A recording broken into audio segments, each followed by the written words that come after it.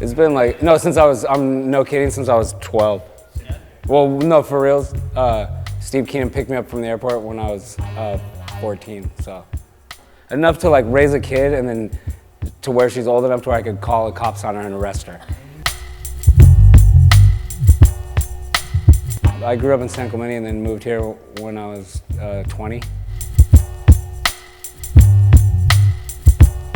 No, I mean, you never not skateboard, right? You just want to just stay in better shape to take your shirt off at the beach.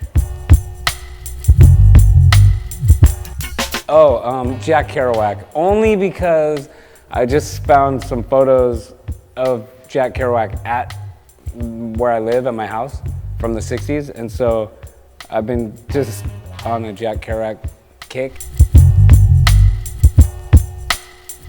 You've heard of the band The Beatles? I'm not really into them. My mom would constantly play the Beatles for us when we were kids, so I refuse to acknowledge them as a band, but the Strawberry Fields Forever, that's when you leave my house, John Lennon and Yoko,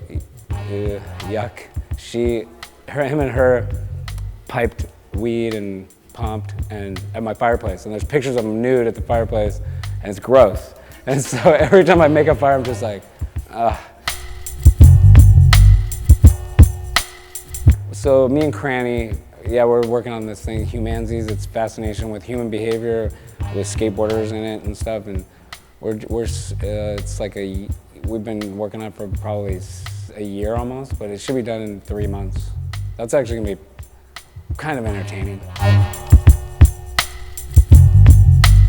That was 1986, I think. That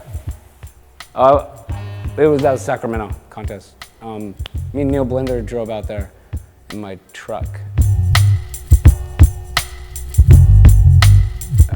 Shoe just came out, and then there's another one coming out in April. I'm super excited about everything. It's like I wore Converse my whole life, and then get to do stuff now with them is like teen dream.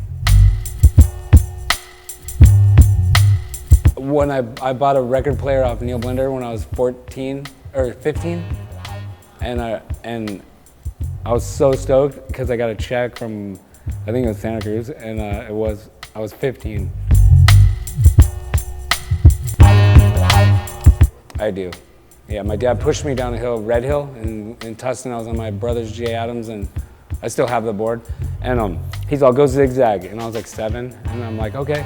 He's all, do not go straight. And then, 2 times I was like, ugh, and I just went straight, and at the bottom of the hill, just piled. No, I mean, I'm always starstruck, always. But I'm never nervous, I'm more excited. Like, I got Kelly Slater's autograph once, and I was with Christian Fletcher, and we were staying at his house, Jerry Lopez's house, and he said, Kelly's next door, and I'm all, oh my God, I have this poster, let's go get it signed. So we went next door, and Christian's like, all right, let's go. This is retarded, but go ahead. And so then Peter King was like, I go, hey, I want to get this poster signed. And he's like, hold on, wait up.